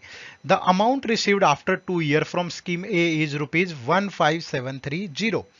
तो जो भी रेट हम यहां से लेंगे उसके हिसाब से 2 साल के बाद जो अमाउंट होना चाहिए वो 15,370 होना चाहिए। ठीक है, तो what approximate amount is received on investing the amount obtained from scheme A again in a different scheme B for 2 year where the interest rate of scheme B is twice the rate of the interest of scheme A। तो क्या करना है कि जो पैसा हमें यहां से रिसीव हुआ है ये वाला अमाउंट, इसको फिर से 2 साल के लिए कंपाउंड इंटरेस्ट पे हमें लगाना है। ठीक है, इन अ डिफरेंट स्कीम, और वहां पे जो रेट होगी वो इसका डबल होगी जो कि यहां पे रेट होगी। क्लियर है। तो ये कौन कौन से ऑप्शन जो है इसको सेटिस्फाई करते हैं, ये गिवन ऑप्शन हमारे पास है। तो सबसे पहले ऑप्शन नंबर 1 से चेक करते हैं। अगर 13,000 अमाउंट है, ठीक है, और रेट है 10%, तो 10% से 2 ईयर का जो कंपाउंड इंटरेस्ट होगा वो 10 10 और 10 पे 10 कितना 1, तो 21% होगा। ठीक है, तो जो टोटल अमाउंट बनेगा वो 120% बनेगा, 121% ऑफ 13,000। क्लियर है जी। तो पहले यही चेक करो, 20 से 20 भाई, ये 0, 13 1 जा 13, 1 13 दूनी 26, 27, 2 कैरी हो गया और 5, तो 15730 तो बन गया ये। अब वो कह रहा है कि डबल रेट पे, अगर पहले 10 था तो अब रेट 20 होगी, बट अब जो प्रिंसिपल अमाउंट होगा वो क्या होगा, अब प्रिंसिपल अमाउंट 15730 होगा, और जो रेट ऑफ इंटरेस्ट है वो 10 की बजाय 20 होगी, तो 20, फिर सेकेंड ईयर भी 20, ये आपने पढ़ा हुआ होगा सभी ने, जो आपका ट्री मेथड होता है उसी से बना रहे हैं। फिर इंटरेस्ट पे इंटरेस्ट लगेगा, 20 का 20 कितना 4, तो टोटल इंटरेस्ट कितना हुआ 44%, तो अमाउंट बनेगा 144% ऑफ 15730। ठीक है, अब देखो ये किससे कटता है, बट मुझे लग रहा है कि ये वैल्यू डेसिमल में आ रही है यहाँ पे। ठीक है, तो what approximate down you received on investing the amount obtained from scheme A again in a different scheme B for 2 year where the interest rate of scheme B is twice the rate of interest of scheme A. ठीक है, तो what approximate amount, approximate बताना है आपको, तो फिर सही है, ये मल्टीप्लाई कर दो भाई, 1573 की 144 के साथ मल्टीप्लाई करेंगे, 4 3 जा 12, 4 7 जा 28 और 29 2, 4 5 जा 20, 22 और ये 6, फिर से ये आ जाएगा 2926, और फिर आपका 1 से जाएगा तो 3751। ठीक है, ये आ गया 2 9 2 11, तो 3 12 15 1 7 7 14 2 16 1, 4 5 11 और 1 12 और ये 2, तो 22651 पॉइंट, क्योंकि नीचे 10 भी है तो ये आ जाएगा, तो अप्रोक्सीमेटली ये यहाँ गिवन है, तो ऑप्शन नंबर जो 1 है वो आपका बिल्कुल राइट आंसर हो गया यहाँ से। ठीक है, ऑप्शन 1 बिल्कुल सही है। अब सेकंड ऑप्शन चेक करेंगे भाई, अब 12% है। ठीक है, तो अगर 12% का प्रिंसिपल तो 13,000 होगा, 12% से 12 फिर ये 12, तो 12 का 12% होगा 1.44, तो टोटल जो इंटरेस्ट हुआ वो 25.44 हुआ, तो यानी कि 125.44% लेना है आपको, किसका 13,000 का।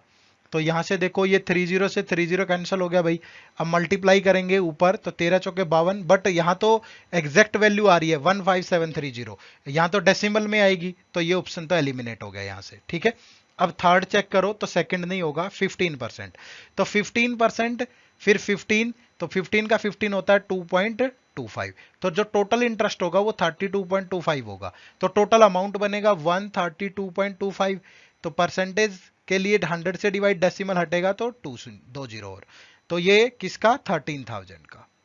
ठीक है, तो 30 कैंसिल होगी भाई, यहां से भी 30 कैंसिल होगी, और अब ये 5 से जाएगा, तो कुछ गड़बड़ तो नहीं कर दी ना हमें, 15 15 और 15 का 15%, तो 225 बटे 100 2.25, 30 तो 32.25, 132.25, और 13,000 का 15,730 आना चाहिए, तो ये भी डेसिमल में आएगा ऐसे तो।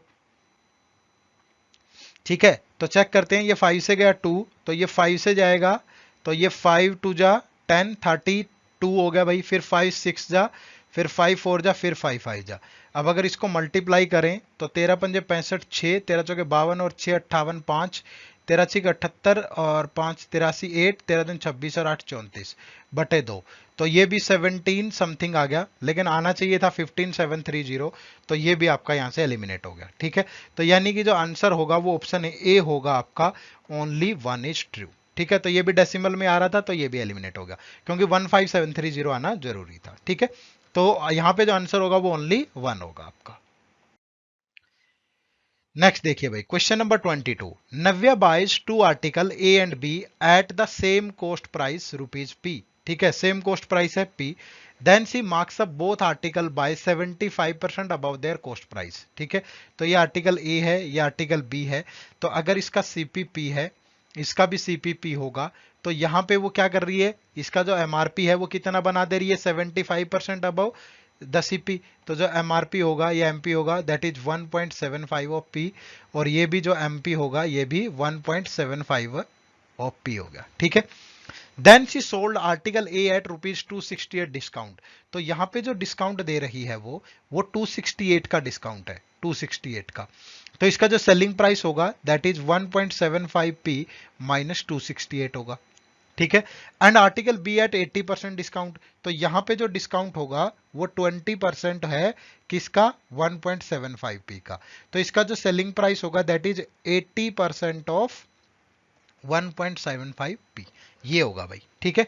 अब आगे कह रहा है then which of the following statement is are definitely correct. तो कौन सी स्टेटमेंट करेक्ट है ये हमें बताना है। तो पहला जो स्टेटमेंट है वो क्या है, the profit earned after selling article B is greater than by article A, ठीक है। तो यहां पे जो प्रॉफिट है, जो आर्टिकल बी में प्रॉफिट है वो आर्टिकल ए से ज्यादा है, ठीक है। तो यहां पे प्रॉफिट निकालने के लिए क्या करेंगे भाई, तो प्रॉफिट क्या होगा स्टेटमेंट वन के लिए, आर्टिकल ए पे प्रॉफिट क्या होगा, प्रॉफिट होगा, प्रॉफिट ही लिख देते हैं अदरवाइज आप कंफ्यूज ना हो जाएं पी के अंदर, selling price minus cost price. तो कॉस्ट प्राइस कितना है पी, तो यहां जो प्रॉफिट होगा वो 0.75p माइनस 268 होगा। और अगर आर्टिकल बी पे प्रॉफिट की बात करूं तो प्रॉफिट कितना होगा भाई, 80% ऑफ 0.75b। तो 80% का मतलब है 4/5, तो 4/5 इसका लेंगे तो 80% कैलकुलेट कर लेते हैं, 80/100 इंटू 1.75, ये भी डिवाइड में 100 हो गया, ठीक है। तो ये जीरो से जीरो कैंसिल हो गया, तो 8 पंजे 40, 4 56 6, तो 1400 डिवाइड बाय 1000, तो ये 1.4p आ गया भाई। तो ये प्रॉफिट जो हो जाएगा ये 1.4p, ये 1.4p के बराबर है सेलिंग प्राइस, तो 1.4p माइनस p, तो ये आ गया 0.4p। अब ये जो प्रॉफिट है, हाँ यहां से हम कैलकुलेट नहीं कर सकते ना क्योंकि हमारे पास वैल्यू नहीं पता, उसने कहा कि ग्रेटर है। तो आप कैसे कह सकते हो कि ग्रेटर है जब तक आपको वैल्यू ही नहीं पता होगी, जब तक आपको p की वैल्यू नहीं पता होगी आप ये नहीं बता सकते कि ग्रेटर है कि लेस है, ठीक है। क्यों, क्योंकि 268 तो डेफिनेट वैल्यू है, अब p की वैल्यू तो कुछ भी हो सकती है ना, समझ रहे हो, p की वैल्यू तो कुछ भी हो सकती है, तो हमें नहीं पता चल पाएगा कि क्या प्रॉफिट होगा यहां से, तो इसलिए हम ये नहीं बता सकते, ठीक है। नेक्स्ट है discount percentage given on article A is more than that in B. Discount percentage on article A, अब यहां पे डिस्काउंट कितना है 268 और यहां पे डिस्काउंट कितना है 20% ऑफ 1.75p, लेकिन p की वैल्यू हमें फिर से नहीं पता है तो हम नहीं बता पाएंगे, तो ये भी नहीं होगा। C and equal profit by selling both the article, तो क्या दोनों आर्टिकल में इक्वल प्रॉफिट हो रहा है, तो हमें तब भी नहीं पता क्योंकि p की वैल्यू जब तक नहीं पता होगी हम नहीं बता पाएंगे, तो ये भी सही नहीं होगा। तो यहां से जो राइट आंसर होगा वो नन ऑफ द अबव होगा, जब तक p की वैल्यू नहीं पता होगी हम क्वेश्चन को सॉल्व नहीं कर सकते। क्लियर है, चलिए नेक्स्ट। नेक्स्ट क्वेश्चन देखिए भाई, question number 23, Arun invested a certain sum of money at a rate of interest this per for this year, if the ratio of amount to interest is this then find the rate of interest and time for which Arun invested the money। Clear है। अब यहां पे simply देखो, अगर Arun invested a certain sum of money at a rate of interest this for this, if the ratio of the amount to interest is this, ठीक है, then find the rate of interest and time for which Arun invested the money. अब यहां पे बताया नहीं गया है कि रेट ऑफ इंटरेस्ट सिंपल है कि कंपाउंड है, तो दोनों से बना के देखना पड़ेगा हमें, है ना। तो अगर मैं कहूं कि अगर अमाउंट और इंटरेस्ट इस रेशियो में है, अमाउंट और इंटरेस्ट किस रेशियो में है, 216:91, तो आपका जो प्रिंसिपल रहा होगा वो 216 माइनस 91 यानी 125 रहा होगा, ठीक है। अब प्रिंसिपल 125 है, इंटरेस्ट 91 है, तो प्रिंसिपल और इंटरेस्ट का रेशियो देखो, ठीक है, या अमाउंट और इंटरेस्ट का रेशियो बना लो, कोई इश्यू नहीं है इस तरीके का। तो पहला ऑप्शन चेक करेंगे 10% और 2 ईयर। अगर रेट ऑफ इंटरेस्ट 10% है तो 10% का मतलब है 1/10, यानी कि हर ईयर 10 रुपीज पे 1 इंटरेस्ट मिलेगा। ये प्रिंसिपल है, ये इंटरेस्ट है, ये अमाउंट है, तो अमाउंट होगा 11। अगर अमाउंट 11 है तो दोनों तरफ स्क्वायर कर दो, ठीक है, अमाउंट मिलेगा 11, तो 2 ईयर का निकालना है तो 2 ईयर के लिए क्या करेंगे, स्क्वायर कर देंगे ना, तो 2 ईयर के लिए स्क्वायर करेंगे तो ये हो गया 10 का स्क्वायर, ठीक है भाई, और ये अमाउंट का स्क्वायर यानी 11 का स्क्वायर। तो अगर ये 100 है तो ये आपका कितना हो गया भाई, 121 हो गया, ठीक है। तो अमाउंट टू इंटरेस्ट दे रखा है, amount to interest is this, ठीक है, तो 121 2 ईयर के लिए। क्लियर है भाई। तो 100 और 121, तो ये तो रेशियो हमारे पास जो है अमाउंट 216 है और प्रिंसिपल 125 है, तो ये तो सेटिस्फाई नहीं करता, तो इसलिए फर्स्ट वाला आपका सेटिस्फाई नहीं करेगा। सेकंड में देखो 20% और 3 ईयर, तो 20% और 3 ईयर, तो 20% का मतलब है हमारा, 20% का मतलब 1/5, तो 1/5 का मतलब है कि अगर प्रिंसिपल 5 हुआ तो इंटरेस्ट 1 बनेगा और अमाउंट बनेगा 6, ठीक है। तो प्रिंसिपल, ये इंटरेस्ट नहीं देखना हमें, प्रिंसिपल और अमाउंट का रेशियो देखो। तो ये 1 ईयर का रेशियो है, तो यहाँ पे टाइम 3 ईयर दे रखा है, तो 3 ईयर का रेशियो क्या होगा, पावर 3 ले लेंगे, 5 की पावर 3 और 6 की पावर 3, तो प्रिंसिपल 125 और अमाउंट आ गया 216, ठीक है। तो अमाउंट भी इतना ही था, प्रिंसिपल भी इतना ही था, तो ये वैल्यू सेटिस्फाई कर रही है, तो मतलब ऑप्शन जो 2 है वो सेटिस्फाई करेगा, ठीक है। नेक्स्ट थर्ड में चेक करो, 25%। 25% का मतलब है 1/4, अगर प्रिंसिपल 4 है तो अमाउंट होगा 5, तो 3 ईयर का रेशियो कितना होगा भाई, 4 की पावर 3, 5 की पावर 3, तो ये 64 और ये 125, तो ये भी सेटिस्फाई नहीं कर रहा क्योंकि अमाउंट 216 और ये 125 बनना चाहिए, तो सिर्फ 2 जो सेकंड ऑप्शन था वो सेटिस्फाई कर रहा है, इसलिए जो आंसर होगा वो ऑप्शन बी होगा यहाँ पे। क्लियर है सबको? देखो भाई next question, question number 24। A boat travels from town A to town B and then goes from town B to town C. Going from town A the boat reached B which is dash kilometre away in 5 hours while travelling down stream. तो जब भी ए से B जाएगी boat तो down stream जाएगी भाई कितने hours के अंदर, 5 आवर्स के अंदर, ठीक है। Then the boat leave town B for C, which is dash kilometer away from town B, and reaches town C after 7 hours while traveling upstream. तो जब B to C जाएगी बोट तो अपस्ट्रीम जाएगी 7 hours के अंदर, ठीक है। The ratio of the speed of boat to speed of stream is 8:1। तो जो स्पीड ऑफ बोट है, स्पीड ऑफ बोट से जो स्ट्रीम का रेशियो है दैट इज 8:1। तो note assume the speed of boat and stream is constant for both journeys, ठीक है। तो दिए गई 3 स्टेटमेंट है, इनके आधार पे हमें आंसर करना है, ठीक है ना। अब देखो देखने में तो बहुत मुश्किल लग रहा है, लेंथी क्वेश्चन है, लेकिन जिसका कंसेप्ट क्लियर है कि डाउन स्ट्रीम क्या होता है, अपस्ट्रीम क्या होता है, उसके लिए मुश्किल नहीं है, ठीक है। तो पहले तो ए से बी डिस्टेंस होगा, फिर बी से सी होगा। तो अब यहां पे देखो कि ए टू बी जो डाउन स्ट्रीम स्पीड होगी वो क्या होगी। फर्स्ट ऑप्शन देखें 135 5 आवर्स में, तो स्पीड होगी 27, फिर 147 अपस्ट्रीम, 147 7 आवर्स में, तो स्पीड होगी 21। और हम जानते हैं कि स्पीड ऑफ बोट क्या होती है, स्पीड ऑफ बोट अगर आपको कभी भी निकालना है तो ये होता है downstream plus upstream divide by 2, और जो स्पीड ऑफ स्ट्रीम होती है ये होती है downstream minus upstream divide by 2। तो यहां से अगर स्पीड ऑफ बोट निकालूं तो 27 प्लस 21 डिवाइड बाय 2, यानी कि 48 डिवाइड बाय 2, तो 24 आ गया, और स्पीड ऑफ स्ट्रीम आ गया 27 माइनस 21 डिवाइड बाय 2, ये 3 आ गया। तो क्या 24 और 3, ठीक है, क्या 24 और 3 8:1 में है, तो 24:3 ये आपका 8:1 में है, यही तो बोला था उसने होना चाहिए, तो ऑप्शन 1 तो बिल्कुल क्लियर है भाई, ठीक है। अब सेकंड चेक करो, 120 किलोमीटर अगर 5 आवर्स में जाएगी तो डाउनस्ट्रीम स्पीड क्या होगी भाई, 24। 147 अगर अपस्ट्रीम जाएगी 7 आवर्स में तो स्पीड क्या होगी, 147 डिवाइड बाय 7, तो 21। तो boat in speed of boat क्या आ जाएगी, downstream plus upstream divide by 2, तो 24 प्लस 21 45 बाय 2, तो 22.5, और अपस्ट्रीम क्या आ जाएगी 24 minus 21, sorry speed of stream क्या आ जाएगी 3/2 1.5। तो क्या 22.5 और 1.5 8:1 में है, क्या ये इसका 8 टाइम है, बिल्कुल नहीं है, तो ये आपका नहीं होगा यहाँ पे, ठीक है, तो ये नेग्लेक्ट हो गया। सेकंड अगर थर्ड की बात करें तो 180 किलोमीटर डाउनस्ट्रीम, अगर 180 किलोमीटर डाउनस्ट्रीम है 5 आवर्स के अंदर तो डाउनस्ट्रीम स्पीड होगी 36, और 196 किलोमीटर अपस्ट्रीम है 7 आवर्स के अंदर तो स्पीड होगी 7 2 जा 14 56, तो 28। तो स्पीड ऑफ बोट कितनी आ गई भाई, downstream plus upstream divide by 2, तो ये कितना हो गया जी 8 64, ठीक है, 64/2, तो ये आ गई 32। और अगर आप स्पीड ऑफ स्ट्रीम देखें 36 माइनस 28, तो 8/2 ये आ गई 4। तो क्या ये दोनों 8:1 में है, बिल्कुल है, तो ये भी आपका बिल्कुल सही होगा। तो यहां से जो आंसर बनेगा वो बनेगा बोथ 1 एंड 3 फॉलो। क्लियर है सभी को भाई? चलिए नेक्स्ट क्वेश्चन देखो भाई, नेक्स्ट क्वेश्चन देखो, क्वेश्चन नंबर 25, ठीक है। Maya's monthly salary is 60% more than that of Savi, ठीक है। तो दोनों की पहले हमें इनकम का रेशियो देखना है। अगर मैं कहूं कि ये माया है, ठीक है, और इस पे बेस्ड दो क्वेश्चन है हमारे पास, एक ये क्वेश्चन है और एक ये क्वेश्चन, दोनों को सोल्व करना है हमें। दोनों में डिफरेंट कंडीशन है थोड़ी सी, ये माया है और ये सेवई है। ठीक है, तो इसलिए मैं इस क्वेश्चन को भी दो पार्ट में डिवाइड कर लेता हूं। यहां भी हमने ले लिया माया और सेवई। ठीक है, जो भी होगा बाद में कंडीशन देखेंगे।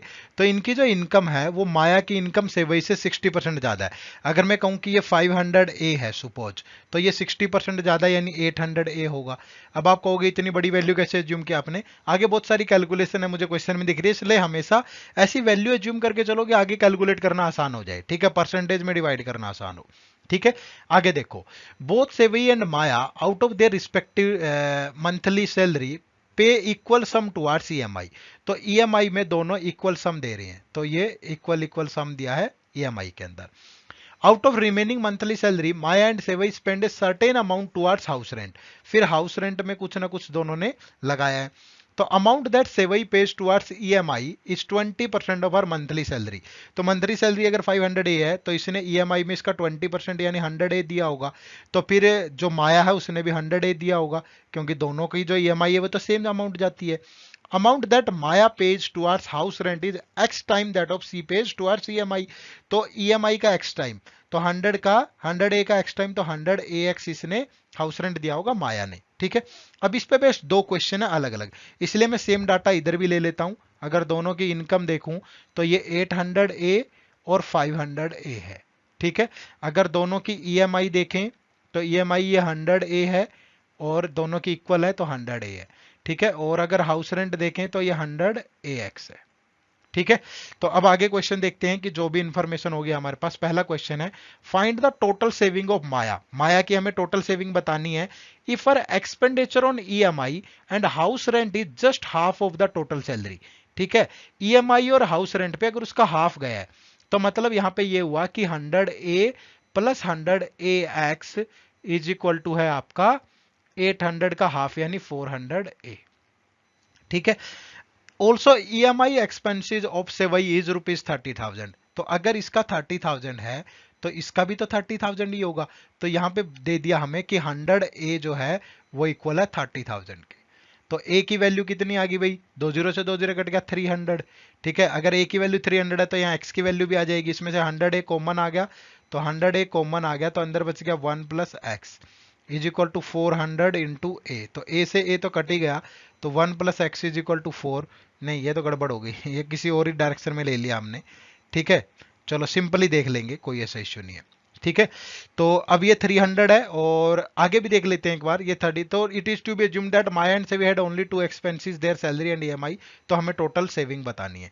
ठीक है, तो अगर ये 100A की वैल्यू 30,000 है और ये इसका एक्स टाइम है, ठीक है, और ये लगभग क्या कर रहे हैं कि देखो ये 100A जो है इस 800 का 1/8 है। ठीक है, अगर ये 1/8 है तो 30,000 का 8 टाइम्स, तो इसकी इनकम जो हो जाएगी वो 2,40,000 हो जाएगी। सिंपली देख लो ना, बहुत ज्यादा बढ़ाने की जरूरत ही नहीं है।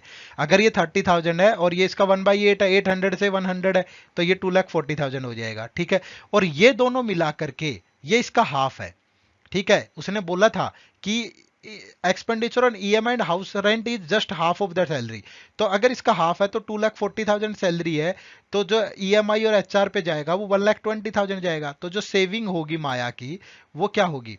वो हो जाएगी 2,40,000 माइनस 1,20,000। तो यानी कि 1,20,000 उसकी सैलरी जो सेविंग है वो हो जाएगी।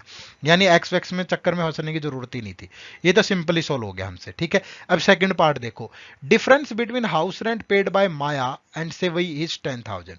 अब हमें नहीं पता कि माया का तो 100AX है, सेवई का मान लीजिए 100Y है।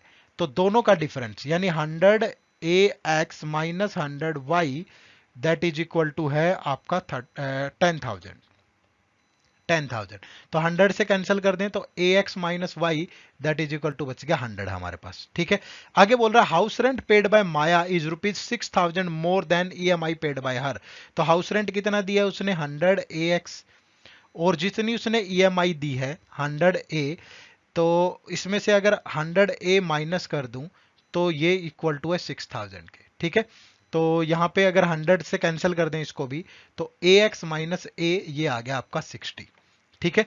नेक्स्ट क्या बोल रहा है कि if house rent paid by Savi is 33.33% of EMI paid by माया।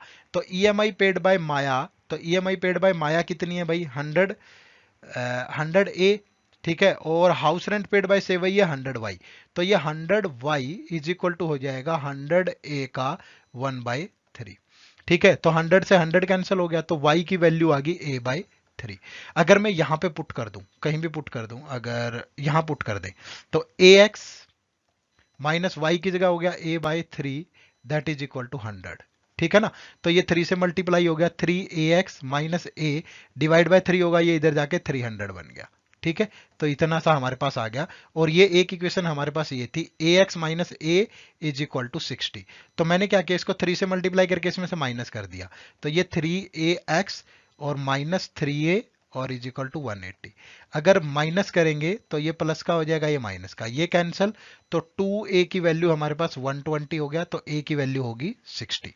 अगर a की वैल्यू 60 है, ठीक है, a की वैल्यू 60 है, तो हमें इनकम ऑफ माया बतानी है यहाँ पे, तो देन सैलरी ऑफ माया, तो ये तो 800 a है, तो 800 की वैल्यू क्या होगी, 800 इंटू 60 यानी कि 48,000। ठीक है, तो ये 1,20,000, ये 48,000, तो ये गिवन आपका ऑप्शन नंबर सी के अंदर। तो ऑप्शन नंबर सी आपके क्वेश्चन का राइट आंसर हो जाएगा यहाँ पे। क्लियर है जी सबको? चलिए नेक्स्ट क्वेश्चन देखो भाई। नेक्स्ट क्वेश्चन, क्वेश्चन नंबर 26 से 30, ये डीआई एक है हमारे पास और इसको हमें सोल्व करना है। तो 5 कंपनीज हैं, A B C D and E, manufacture book sales. ठीक है, तो pie chart given below shows the distribution of total book sales manufactured by all 5 companies. तो ये कंपनी 5 है, जो ब्लू है ये ए कंपनी है, ठीक है, ये ए कंपनी है, ये बी है, ये सी है, ये डी है और ये ई कंपनी है। ठीक है, तो इस तरीके से 5 कंपनी है हमारे पास।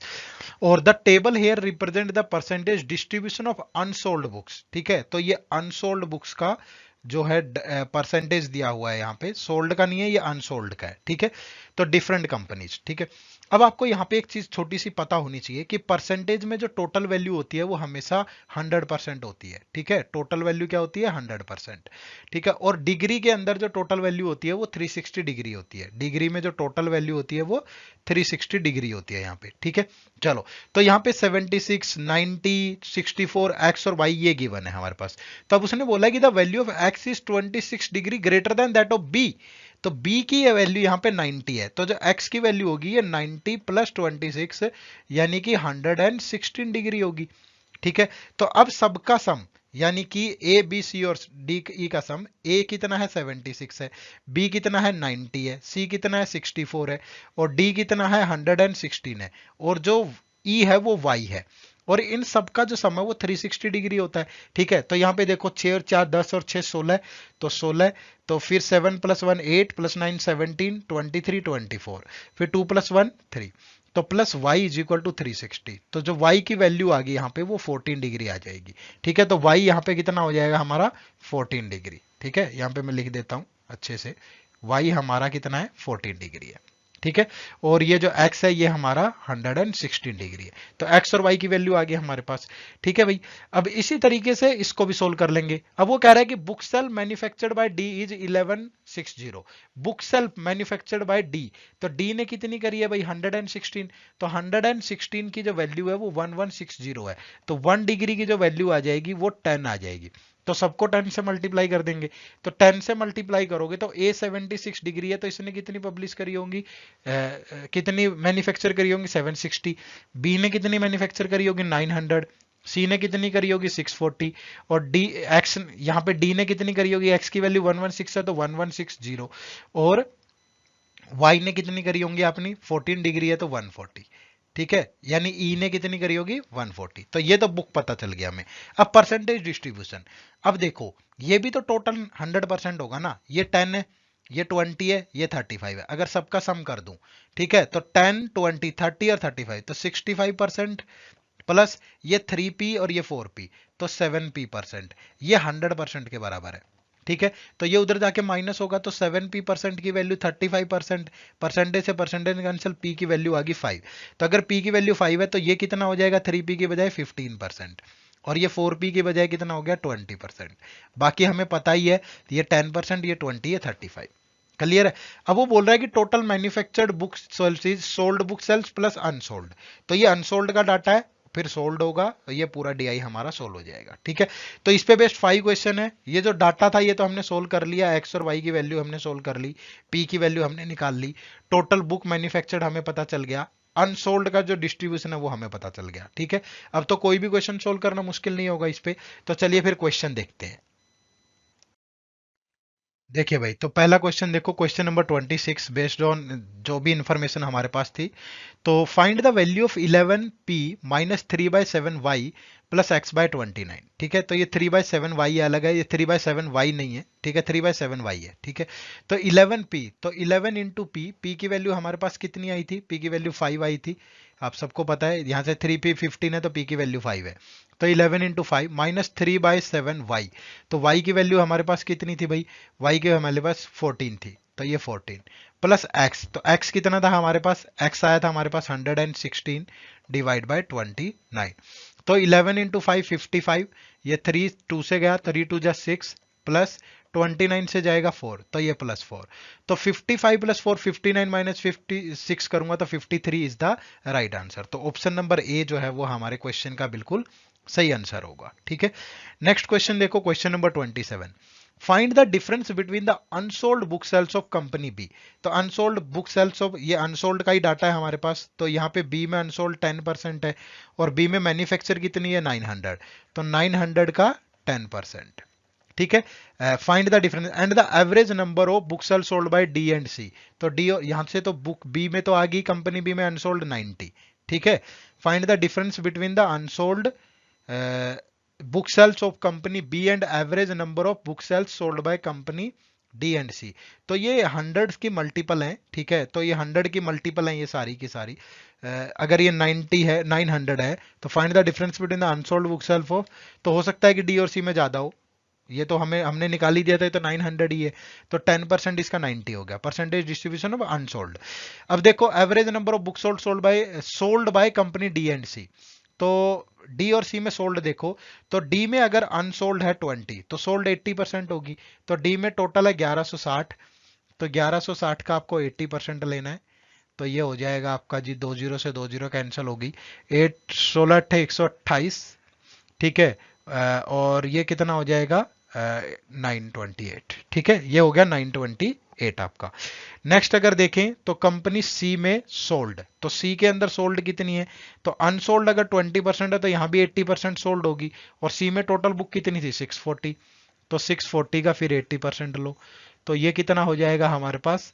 8 4 जा 32 3, तो ये 512 होगी। अब इन दोनों की एवरेज लेनी है, एवरेज नंबर ऑफ बोला था, तो 928 प्लस 512 डिवाइड बाई 2, तो ये हो गया 1440 डिवाइड बाई 2, तो 720। ठीक है, तो अब इस 720 और इस 90 का डिफरेंस हमें बताना है, क्योंकि हमें तो डिफरेंस बताना था। तो 720 माइनस 90, तो 630 यहां पे आ जाएगा। ठीक है, तो ऑप्शन नंबर डी जो है वो आपके क्वेश्चन का बिल्कुल राइट आंसर होगा यहाँ। क्लियर है जी, चलिए नेक्स्ट क्वेश्चन देखो भाई। नेक्स्ट क्वेश्चन देखो, question number 28। Find the difference between the average unsold book sales of company A and B. तो ए और बी में देखो, ए में अनसोल्ड कितनी है? 15%, बी में कितनी है? 10%। तो हमें जो 760 है उसका 15% लेना है, 760 का 15%। ठीक है, प्लस, तो बी में अनसोल्ड कितनी है? तो बी में जो अनसोल्ड है वो 10% है, तो हमें बी में टोटल कितनी है भाई? 900, तो 900 का 10% लेना है। ठीक है, और फिर इसकी एवरेज लेंगे। ठीक है, और दूसरा हमें the average of sold book self of company C and D. तो सी में कितनी सोल्ड हुई है? अगर 20 अनसोल्ड है तो 80% सोल्ड हुई होंगी, तो 80% लेना है हमें। सी में कितनी है? 640 का, प्लस डी में भी 80% सोल्ड हुई है क्योंकि 20% अनसोल्ड है, और डी में टोटल बुक कितनी है भाई? ये है 1160, और इसकी भी हमें एवरेज लेनी है। तो अगर यहां से देखूं तो 15 6 99, 114 आ जाएगा, प्लस ये 90 आ गया, और डिवाइड बाय 2, तो ये बन जाएगा 204 डिवाइड बाय 2, यानी कि 102। अगर यहां से देखें तो 0 8 4 जा 32 3, और ये 512 आ गया, प्लस 0 तो 8 6 जा 48, ये 28 1, और ये 928 डिवाइड बाय 2 करेंगे तो ये 1440 डिवाइड बाय 2, तो 720 होगा। ठीक है, अगर दोनों का डिफरेंस देखें 720 minus 102 which is equal to 618, तो option number B is the right answer. Clear है। नेक्स्ट देखो question number 29, if there is another company F which manufacture 60% more book sales than company C, तो F के अंदर जो manufacture होंगी, वो manufacture कितनी हो रही है 60% मोर बुक सेल देन सी, तो सी में कितनी मैन्युफैक्चर हो रही है भाई 640, तो 640 का 160% लेंगे डिवाइड बाय 100, तो यहाँ पे जो टोटल मैन्युफैक्चर होंगी 16 4 जा 64 6 और 1024, ठीक है, तो जो मैन्युफैक्चर होंगी वो 1024 होंगी। आगे कह रहा है and the number of unsold book sale for that company is 37.5%, तो अनसोल्ड जो है वो 37.5 का मतलब है 3/8 डिवाइड बाय 100 करोगे तो 3/8 होता है। Then find the number of book sale sold by company, तो अनसोल्ड 3/8 है तो सोल्ड कितनी होंगी, सोल्ड होंगी 5/8, तो 5/8 लेंगे किसका, टोटल मैन्युफैक्चर का 1024 का, तो ये 8 से जाएगा, 8 1 जा 1, फिर आपका कितना बच गया भाई 22, तो 8 2 जा 16, तो 8 8 जा 64, तो फिर 5 से करेंगे तो ये बन जाएगा 640, तो option number E is the right answer.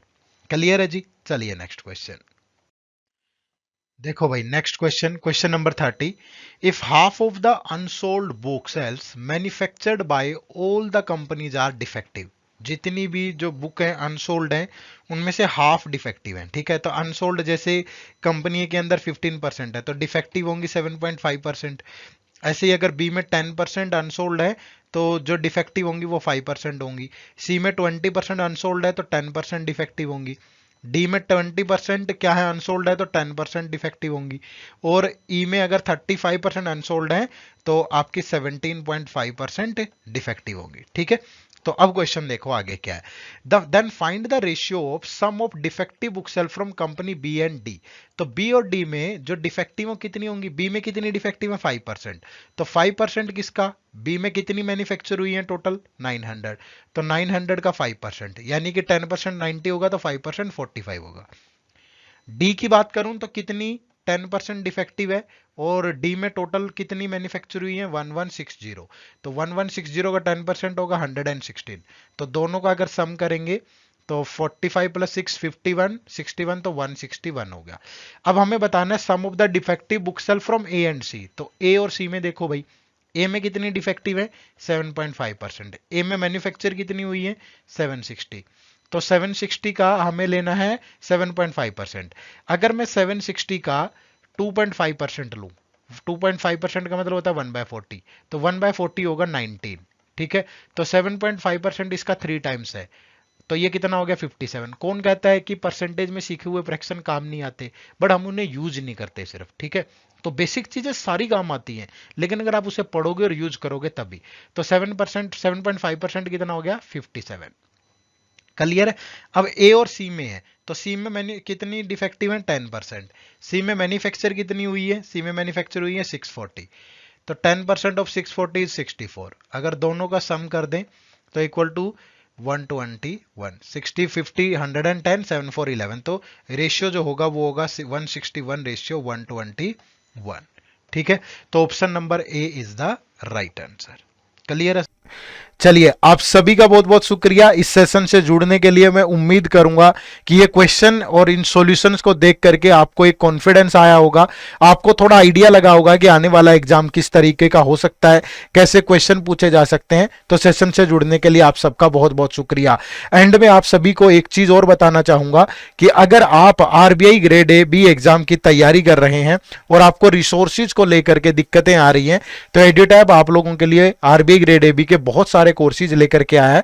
आपको क्या करना है, या तो इसी वीडियो के डिस्क्रिप्शन में जाना है या प्ले स्टोर से हमारी ऐप डाउनलोड करनी है एड्यूटैब लर्निंग सॉल्यूशन, या फिर आप सिंपली गूगल पे टाइप करिए edutap.in, तो हमारी वेबसाइट ओपन होगी, यहां कोर्सेज पे जाएंगे तो आपको ये आरबीआई ग्रेड बी के कोर्सेज मिल जाएंगे। तो यहां पे आप जब आते हो इन कोर्सेज पे, तो ये हमारे 3 तरह के कोर्सेज हैं। ये पहला आरबीआई ग्रेड ए बी का गोल्ड कोर्स है जिसमें फेज 1 फेज 2 के साथ साथ इंटरव्यू की प्रिपरेशन भी होती है, यानी जब आप तैयारी करने की सोचते हो वहां से लेकर के फाइनल मेरिट लिस्ट में नाम आने तक का स्टेप बाय स्टेप जो भी गाइडेंस आपको चाहिए वो इस कोर्स में मिलेगी।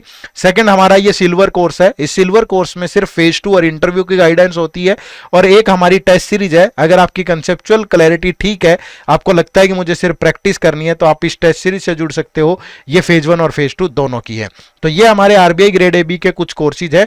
और इसके अलावा अगर आप आरबीआई ग्रेड एबी के साथ बैंकिंग एग्जाम भी टारगेट कर रहे हो तो यहां पे आप कॉम्बो वाले सेक्शन में जाएंगे तो आपको ये हमारा बैंकिंग का महापैक भी दिखेगा, जिसमें आप आरबीआई ग्रेड एबी के साथ बैंक महापैक की तैयारी भी कर सकते हो, जिसमें बैंक के 6 एग्जाम मेजरली कैटर होंगे, जो कि SBI PO SBI clerk, IBPS PO IBPS clerk के साथ साथ आरआरबी प्योर आरआरबी क्लर्क। तो RBI grade A B full on flash phase 1 phase 2 interview और बैंक के ये 6 एग्जाम का भी प्रीलिम्स मेंस और इंटरव्यू गाइडेंस आपको इसके अंदर मिलने वाली है। तो ये भी आपके लिए शानदार रहने वाला है। तो एक बहुत खूबसूरत सा ऑफर आप सबका इंतजार कर रहा है, जाइए और इस कोर्स में जरूर इनरोल करिएगा। सेशन से जुड़ने के लिए आप सबका बहुत बहुत शुक्रिया। चैनल पे नए हो तो प्लीज सब्सक्राइब जरूर कर लीजिएगा। फिर मुलाकात होगी। जय हिंद, जय भारत।